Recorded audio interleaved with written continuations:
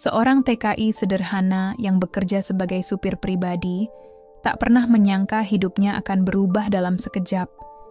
Majikan cantiknya tiba-tiba menawarinya uang fantastis, 2,5 miliar rupiah. Tapi ada satu syarat gila yang membuat semua orang geleng kepala. Awalnya ia mengira hanya candaan, sampai tatapan sang majikan berubah serius. Bahkan disertai bukti uang yang jumlahnya benar-benar nyata. Syarat apa yang diminta? Kenapa sampai terdengar begitu tak masuk akal? Dan beranikah TKI ini menerimanya? Sebelum kisah ini dimulai, saya mohon keikhlasan teman-teman untuk subscribe dan like. Saya doakan Anda semua sehat, panjang umur, dan dilancarkan rezekinya. Mari kita mulai ceritanya. Nama pria itu Dendi. Usianya baru 28 tahun. Ia lahir dan tumbuh di sebuah desa kecil di Malang, Jawa Timur. Sejak ayahnya meninggal 5 tahun lalu, beban keluarga jatuh sepenuhnya ke pundaknya. Ibunya sudah tua, tubuhnya mulai renta, sementara adik-adiknya masih butuh biaya sekolah. Hidup di desa bukanlah perkara mudah. Lahan pertanian yang semakin sempit tak lagi bisa diandalkan. Kadang, untuk sekadar makan saja, mereka harus berhemat. Namun Dendi tumbuh dengan satu keyakinan. Ia tidak boleh menyerah pada keadaan. Sebagai anak sulung, dialah tumpuan harapan keluarga. Maka ketika tawaran bekerja ke luar negeri datang, meski berat meninggalkan kampung halaman, ia menerimanya. Ia tahu, menjadi tenaga kerja di negeri orang bukan hal ringan. Tapi demi ibu dan adik-adiknya, Dendi rela. Dan begitulah, langkah kakinya menuntunnya jauh ke negeri asing. Jerman, sebuah tempat yang sebelumnya hanya ia dengar dari televisi dan cerita orang. Frankfurt kini menjadi rumah barunya. Kota itu dingin, penuh gedung-gedung tinggi, jalanan rapi, dan orang-orang yang sibuk. Semua terasa asing, tapi Dendi tahu, ia harus bertahan. Menariknya, ia tidak bekerja di pabrik atau restoran seperti kebanyakan TKI lainnya.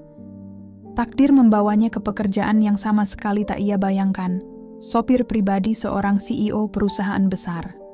Wanita itu bernama Eliza Meyer, sosok yang sangat terkenal di dunia bisnis.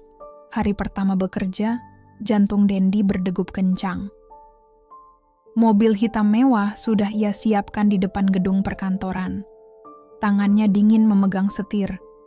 Dalam hati ia berdoa agar semua berjalan lancar. Tak lama, pintu gedung terbuka. Dari dalam, keluar sosok wanita berambut pirang lurus. Langkahnya mantap, tatapannya tajam, tubuh ramping, wajah cantik, dengan aura wibawa yang membuat semua pegawai mendadak terdiam. Dialah Eliza, majikan barunya. Dendi panggilnya singkat, suaranya tegas tanpa basa-basi. "Iya, Nyonya," jawab Dendi cepat menunduk sopan. Eliza masuk ke kursi belakang dengan anggun. Mobil pun melaju menembus jalanan kota. Suasana di dalam kabin terasa hening. Hanya suara mesin dan lalu lintas yang terdengar. Eliza sesekali memberi arahan dengan nada dingin. Dari kaca spion, Dendi berani mencuri pandang. Eliza tampak sempurna, cantik, tegas, penuh percaya diri. Namun, ada sesuatu yang ganjil. Dari sorot matanya, terlihat bayangan kesepian samar. Seakan dunia hanya mengenalnya sebagai sosok kuat. Padahal hatinya menyimpan luka. Perjalanan berlangsung tanpa banyak kata, hingga tiba-tiba sebuah mobil di depan berhenti mendadak. Refleks, Dendi menginjak rem keras. Eliza hampir terhuyung, namun ia cepat menahan tubuhnya. "Maaf, Nyonya," seru Dendi gugup. Eliza menoleh, tatapannya tajam. Dendi sempat menduga ia akan dimarahi. Namun ternyata tidak. Justru untuk pertama kalinya, wajah dingin itu sedikit melunak. "Refleks yang bagus," katanya singkat. 3 kata sederhana itu cukup membuat Dendi bernafas lega. Ia tidak tahu, kalimat itu akan menjadi awal dari sebuah kisah besar. Kisah yang akan mengguncang hidupnya, menguji ketulusannya, dan membuka rahasia seorang wanita yang selama ini terlihat sempurna. Tanpa ia sadari, jalan hidupnya di negeri asing baru saja berubah arah. hari-hari berikutnya terasa canggung. Setiap pagi, Dendi sudah menunggu di depan gedung. Mobil mengkilap siap sedia. Eliza akan turun dengan langkah anggun, masuk ke mobil, lalu duduk tanpa sepatah kata. Perjalanan selalu terasa dingin. Bagi para pegawai, Eliza adalah sosok sempurna, wanita muda, cerdas, pemilik perusahaan besar. Namun, di balik kemewahan itu, ada jarak yang tidak bisa dijangkau. Tak ada yang berani mendekat, apalagi menatap matanya terlalu lama. Dendi pun merasakan hal sama. Tapi semakin lama, ia sadar ada sesuatu yang janggal. Lewat kaca spion, kadang ia melihat Eliza menatap kosong keluar jendela. Bukan tatapan seorang pemenang, melainkan tatapan seseorang yang kehilangan. Sesekali, tangannya meremas cincin di jari manisnya. Cincin yang tak pernah ia lepaskan. Suatu malam, sepulang rapat panjang, Eliza tampak letih. Ia bersandar di kursi belakang, mata setengah terpejam. Dendi memberanikan diri berkata, "Nyonya, perlu saya bawakan kopi hangat?" Eliza membuka mata, menatap sekilas, lalu menjawab lirih, "Tidak perlu, lanjutkan saja." Suaranya berbeda malam itu. Bukan dingin seperti biasanya, melainkan menyimpan kelelahan yang dalam. Keesokan harinya, saat menunggu di lobi, Dendi tanpa sengaja mendengar dua pegawai berbisik. Kasihan ibu Eliza ya, suaminya kabarnya pergi bersama wanita lain. Pantas saja sekarang dia begitu dingin. Katanya dulu dia ceria sekali. Dendi terdiam. Dugaan yang selama ini ia rasakan ternyata benar. Di balik sosok CEO sukses itu, tersimpan luka yang tak terlihat. Hari itu, suasana di dalam mobil terasa lebih berat. Eliza hanya menatap keluar jendela. Gerimis menetes di kaca. Dan tanpa sadar, setetes air mata jatuh dari matanya. Ia buru-buru menghapusnya. Tapi Dendi melihat. Ia ingin berkata sesuatu, ingin menghibur, tapi lidahnya keluh. Ia hanya bisa menggenggam erat setir, berdoa dalam hati. Semoga majikannya diberi kekuatan. Malam itu, setelah mengantar Eliza pulang, Dendi masih saja teringat bayangan tatapan kosong dari wanita itu. Untuk pertama kalinya sejak bekerja, ia merasa iba. Eliza bukan lagi hanya sosok majikan kaya raya, melainkan seorang wanita yang tampak sangat kesepian. Tanpa disadari, rasa iba itulah yang menjadi awal dari sebuah hubungan yang perlahan menyingkap sisi lain dari Eliza. Sisi yang tak pernah diketahui siapapun sebelumnya. Hari-hari berjalan. Rutinitas Dendi terasa monoton, mengantar, menunggu, lalu menjemput. Namun satu hal selalu menarik perhatiannya. Eliza semakin sering tampak letih. Mata indahnya kadang sembab, meski bibirnya tetap menampilkan garis tegas yang tak pernah berubah. Suatu sore, selepas rapat panjang, Eliza meminta diantar ke rumah sakit. "Tidak usah ikut, tunggu saja di mobil," katanya singkat. Dendi menurut. Hampir 2 jam ia menunggu di parkiran. Ketika Eliza keluar, langkahnya gontai, wajahnya pucat. Tanpa pikir panjang, Dendi berlari kecil menghampiri. "Nyonya, apakah Anda baik-baik saja?" tanyanya khawatir. Eliza terdiam sejenak, lalu menjawab lirih. "Hanya kecapekan, jangan khawatir." Namun di dalam mobil, tubuhnya mulai bergetar halus. Dendi panik. Ia menepikan mobil, lalu berkata dengan sopan, "Nyonya, izinkan saya membelikan teh panas atau sup." Tidak lama, tapi tubuh Nyonya butuh hangat. Eliza menoleh. Tatapannya, yang biasanya dingin, kini tampak ragu. Akhirnya ia mengangguk pelan. "Baiklah." Tak lama, Dendi kembali membawa secangkir teh panas dari kafe terdekat. Dengan penuh hormat, ia menyodorkannya. Eliza menerimanya, menyesap perlahan, lalu bibirnya melengkung tipis. Bukan senyum penuh, tapi cukup membuat Dendi tertegun. "Terima kasih, Dendi," katanya pelan. Dendi terdiam. Itu adalah pertama kalinya Eliza menyebut namanya, bukan sekadar memberi perintah. Sejak hari itu, ada perubahan kecil. Eliza mulai sesekali berbicara singkat di perjalanan. Pertanyaan sederhana seperti, kau sudah makan, atau keluargamu sehat, menjadi hal baru yang membuat Dendi kikuk, namun sekaligus hangat. Hingga suatu malam, hujan deras mengguyur kota. Mobil mereka terjebak macet panjang. Eliza menatap keluar jendela, lalu bergumam lirih, "Aku benci hujan. Dulu, suamiku pergi tepat di hari hujan." Dendi menoleh sebentar, lalu kembali menatap ke depan. Ia ingin menghibur, tapi tahu tidak semua luka bisa disentuh dengan kata-kata. Maka ia hanya berkata pelan, "Kalau di kampung saya, Bu, hujan dipercaya membawa rezeki. Semoga hujan malam ini juga membawa kabar baik." Eliza terdiam. Tatapannya berubah. Entah mengapa, kata-kata sederhana dari seorang sopir asal Jawa itu mampu menembus benteng dingin yang selama ini ia bangun. Malam itu, suasana mobil tak lagi sama. Bukan sekadar majikan dan pekerja. Ada jarak yang perlahan memendek. Ada ikatan yang tanpa disadari mulai tumbuh. Dan sejak saat itu, Eliza tidak lagi melihat Dendi hanya sebagai sopir. Ada sesuatu yang lain, sesuatu yang bahkan ia sendiri belum berani akui. Malam berikutnya, Frankfurt tampak sunyi. Lampu-lampu kota berpendar di balik kaca mobil, menciptakan bayangan yang berlari bersama hujan tipis. Dendi sedang mengantar Eliza pulang dari sebuah acara bisnis bergengsi. Sepanjang jalan, Eliza terlihat gelisah. Jari-jarinya mengetuk dashboard mobil dengan ritme tak beraturan. Matanya kosong menatap keluar jendela. Tiba-tiba ia berkata, "Dendi, pernahkah kau bermimpi jadi orang kaya mendadak?"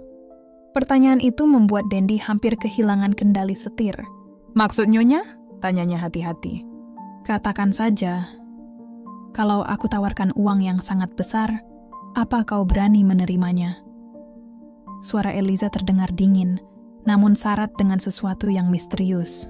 Dendi menelan ludah. "Tentu saja uang itu akan sangat berarti, nyonya.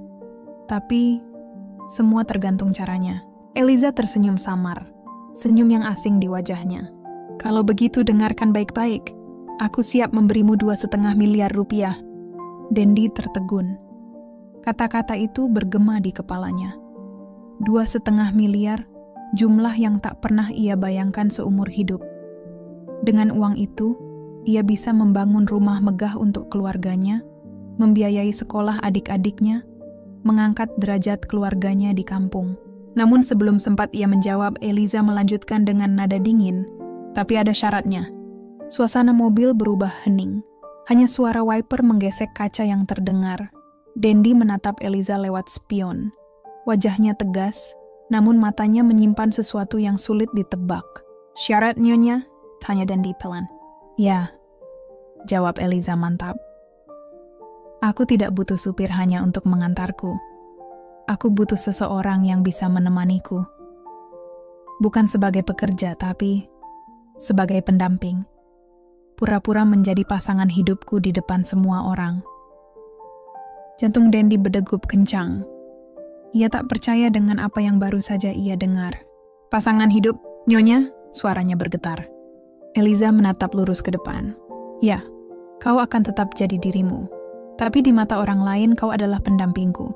Dan untuk itu, aku akan membayar mahal. 2,5 miliar. Malam itu, pikiran Dendi bimbang. Wajah kedua orang tuanya di kampung, rumah reyot di Malang, dan adik-adiknya yang masih butuh biaya sekolah silih berganti terbayang di kepalanya.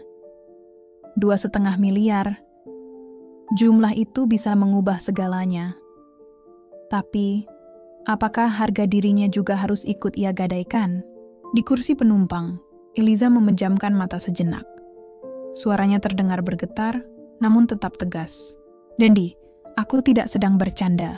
Ini bukan permainan. Aku butuh kamu. Dan aku ingin tahu, apakah kau berani menerimanya?" Mobil terus melaju menembus derasnya hujan. Tapi di dalam kabin, suasana justru terasa jauh lebih bergemuruh daripada badai di luar. Dendi sadar, malam itu hidupnya sedang dipertaruhkan. 2,5 miliar bukan hanya sekadar uang. Itu adalah pintu menuju jalan yang tak pernah ia bayangkan sebelumnya. Malam itu, ia tidak bisa tidur. Kata-kata Eliza berputar-putar di kepalanya. Aku akan memberimu 2,5 miliar kalau kau mau jadi pendampingku. Dendi mencoba menenangkan diri, tapi semakin dipikirkan, tawaran itu terasa makin gila. Ia hanyalah seorang sopir sederhana, anak kampung dari Malang. Bagaimana mungkin ia harus berpura-pura menjadi pasangan seorang CEO cantik yang dihormati banyak orang? Keesokan paginya, suasana di mobil kembali hening. Namun kali ini, bukan hanya Dendi yang gelisah. Eliza pun tampak resah, sampai akhirnya ia membuka suara lebih dulu. Dendi, aku tahu tawaran itu terdengar aneh, tapi aku ingin kau mengerti alasannya. Dendi melirik sebentar lewat spion, lalu kembali fokus ke jalan. Saya mendengarkan, Nyonya. Eliza menarik napas panjang, menahan gejolak dalam dirinya. Beberapa minggu lagi, ada rapat besar dengan Dewan Keluarga. Mereka ingin tahu siapa yang akan mendampingiku. Kalau aku datang sendirian, mereka akan menjatuhkanku. Mereka bilang, wanita tanpa suami tidak pantas memimpin perusahaan sebesar ini. Dendi terdiam.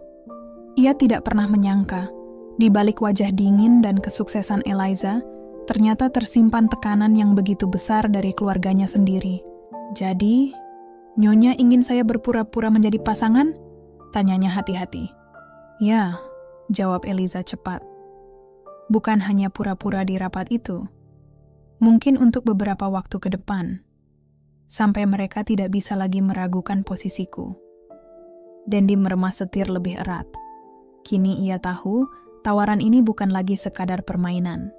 Ini adalah taruhan besar seorang wanita yang sedang melawan pandangan dunia. Tapi kenapa saya, Nyonya? Bukankah ada banyak pria lain yang lebih pantas? Pengusaha, politisi, orang-orang kaya. Eliza langsung menoleh, tatapannya tajam menusuk. Karena aku tidak percaya mereka. Mereka hanya ingin hartaku. Kau berbeda, Dendi. Kau tidak punya ambisi. Yang kau punya hanyalah ketulusan. Dan itu yang aku butuhkan. Hati Dendi bergetar.